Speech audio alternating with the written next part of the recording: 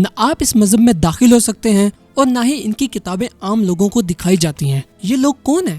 انہیں دروز کہا جاتا ہے، ایک پر اسرار مذہبی فرقہ جو لبنان، شام اور اسرائیل میں پایا جاتا ہے اور جس کی بنیاد 11ویں صدی میں فاطمی خلیفہ الحاکم بامر اللہ کے دور میں رکھی گئی۔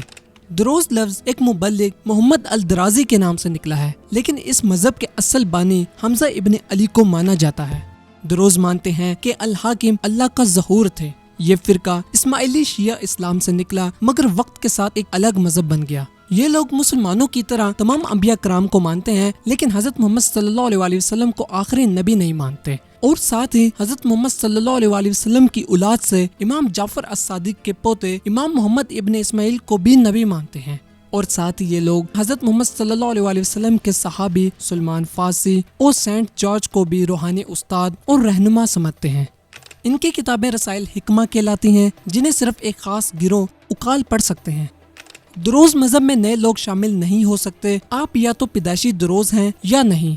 آج دنیا میں تقریباً 10 لاکھ دروز ہیں، خاص طور پر اسرائیل، جہاں وہ فوج میں بھی خدمات انجام دیتے ہیں۔ دروز آج بھی اپنی شناخت پر قائم ایک پر اسرار فرقہ ہے جو صدیوں سے اپنے عقیدے اور علم کو دنیا سے چھپا کر رکھتے آئے ہیں۔ ایسی مزید دلچسپ اسلامک تاریخ جاننے کے لیے البدایہ کو فالو کریں۔